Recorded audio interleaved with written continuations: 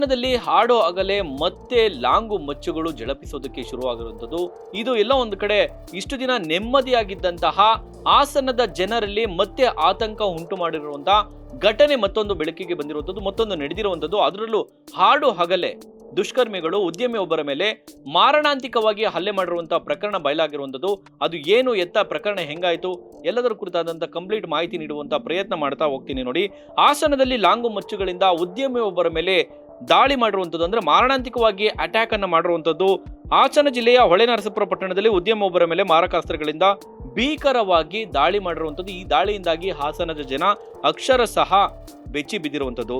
ಗಂಭೀರವಾಗಿ ಗಾಯಗೊಂಡಿರುವಂಥ ಉದ್ಯಮಿ ಏನು ಮಂಜೇಗೌಡ ಅವರನ್ನ ಸ್ಥಳೀಯರು ಅಟ್ಯಾಕ್ ಆಗ್ತಾ ಇದ್ದಂಗೆ ಆತನನ್ನ ಸ್ಥಳೀಯ ಪ್ರಾಥಮಿಕ ಚಿಕಿತ್ಸೆಗಾಗಿ ಸ್ಥಳೀಯ ಆಸ್ಪತ್ರೆಗೆ ದಾಖಲು ಮಾಡ್ತಾರೆ. ಅದಾದ ನಂತರ ಇಲ್ಲಿ ವೈದ್ಯರ ಸೂಚನೆ ಮೇರೆಗೆ ಅವರನ್ನ ಮೈಸೂರಿನ ಆಸ್ಪತ್ರೆಗೆ ರವಾನೆ ಮಾಡಿದ್ದಾರೆ. ಆತಂಕ ಉಂಟು ಮಾಡಿರುವಂತಹ ಈ ಘಟನೆ ಹೆಂಗಾಯ್ತು, ಯಾರು ಈ ರೀತಿಯ ಮಾರಣಾಂತಿಕವಾಗಿ ಅಟ್ಯಾಕ್ ಹೆಂಗ್ ಮಾಡಿದ್ರು ಅನ್ನೋದನ್ನ ನೋಡೋದಾದ್ರೆ, ಇದೇ ಮಂಜೇಗೌಡರು ಅವ್ರದ್ದೊಂದು ಶೋರೂಮ್ ಇರುತ್ತೆ, ಟ್ರ್ಯಾಕ್ಟರ್ ಶೋರೂಮ್ ಕೂಡ ಇರುತ್ತೆ.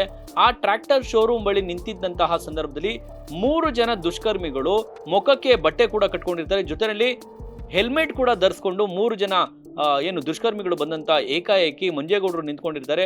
ಬೈಕ್ನಲ್ಲಿ ಬರ್ತಾರೆ. ಒಂದೇ ಬೈಕ್ನಲ್ಲಿ ಬಂದಂತ ಆ 3 ಜನ ದುಷ್ಕರ್ಮಿಗಳು ಹೆಲ್ಮೆಟ್ ಅನ್ನ ಹಾಕೊಂಡು ಮುಖಕ್ಕೆ ಮಾಸ್ಕ್ ಅನ್ನ ಹಾಕೊಂಡು ನಿಂತಿದ್ದಂತ ಮಂಜೇಗೌಡರು ಬಳಿ ಬಂದು, ಮಂಜೇಗೌಡರಿಗೆ ಯಾವುದರ ಸುಳಿವೇ ಇರೋದಿಲ್ಲ, ನನ್ನ ಮೇಲೆ ಈ ರೀತಿ ಅಟ್ಯಾಕ್ ಆಗುತ್ತೆ, ಇವ್ರು ಬಂದಿರುವಂಥದ್ದು ನನ್ನ ಮೇಲೆ ದಾಳಿ ಮಾಡೋದಕ್ಕೆ ಬಂದಿದ್ದಾರೆ ಎನ್ನುವಂತ ಕಿಂಚಿತ್ತು ಕೂಡ ಅವ್ರಿಗೆ ಅನುಮಾನ, ಸುಳಿವು ಕೂಡ ಸಿಕ್ಕಿರೋದಿಲ್ಲ ಮಂಜೇಗೌಡರಿಗೆ. ಏನು ಉದ್ಯಮಿ ಆಗಿದ್ದಾರಲ್ಲ ಮಂಜೇಗೌಡರು, ಇವಾಗ ಹಲ್ಲೆಗೊಳಗಾಗಿದ್ದಾರಲ್ಲ, ಅವರಿಗೆ ಯಾವುದು ಕೂಡ ಸುಳಿವೇ ಸಿಕ್ಕಿರೋದಿಲ್ಲ.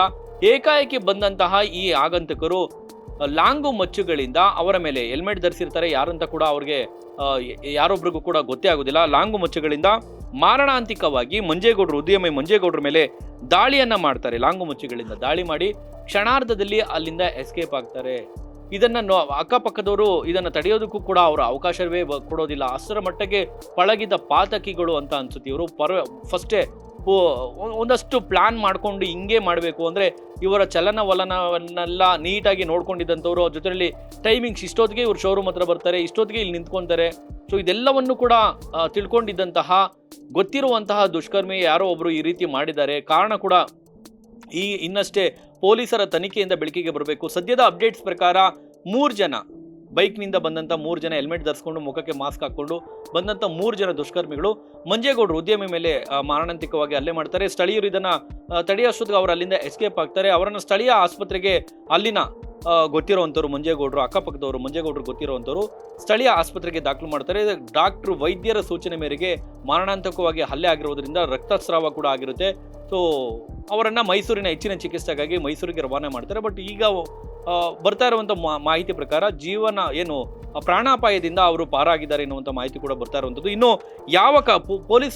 ಪೊಲೀಸರು ಕೂಡ ಬರ್ತಾರೆ. ಯಾವ ಕಾರಣಕ್ಕಾಗಿ ಮಂಜೇಗೌಡರು ಉದ್ಯಮಿ ಮೇಲೆ ಈ ರೀತಿಯ ಹಾಡೋ ಹಗಲೇ ದುಷ್ಕರ್ಮಿಗಳು ಲಾಂಗು ಮಚ್ಚಿಗಳಿಂದ ಹಲ್ಲೆ ಮಾಡಿದ್ದಾರೆ ಎನ್ನುವಂಥ ಮಾಹಿತಿ ಇನ್ನಷ್ಟೇ ಪೊಲೀಸರ ತನಿಖೆಯಿಂದ ಬೆಳಕಿಗೆ ಬರಬೇಕಾಗಿರುವಂಥದ್ದು. ಒಟ್ಟಾರೆ ಯಾರೇ ಆಗಲಿ ಎಲ್ಲೇ ಆಗಲಿ ಇಂತಹ ಘಟನೆಗಳು ನಡೀಬಾರ್ದು. ಯಾಕೆಂದರೆ ಹಾಡು ಹಗಲೇ ಈ ರೀತಿ ಕಾನೂನು ಪೊಲೀಸರ ದಿಗಿಲು ಇಲ್ಲದೇನೆ ಈ ರೀತಿ ಅಟ್ಯಾಕ್ ಮಾಡ್ತಾರೆ ಅಂದರೆ ಅಂಥವ್ರಿಗೆ ತಕ್ಕ ಪಾಠ ಕಲಿಸಿಯೇ ತೀರಬೇಕು. ಇನ್ನು ಮಂಜೇಗೌಡರು ಗಂಭೀರ ಗಾಯದಿಂದಾಗಿ ಈಗಷ್ಟೇ ಚೇತರಿಸಿಕೊಳ್ಳಬಹುದು ಎನ್ನುವಂಥ ಮಾಹಿತಿಯನ್ನು ಕೂಡ ವೈದ್ಯರು ಕೊಟ್ಟಿದ್ದಾರೆ ಎನ್ನುವಂಥ ಮಾಹಿತಿ ಲಭ್ಯವಾಗ್ತಾ ಇರೋದು.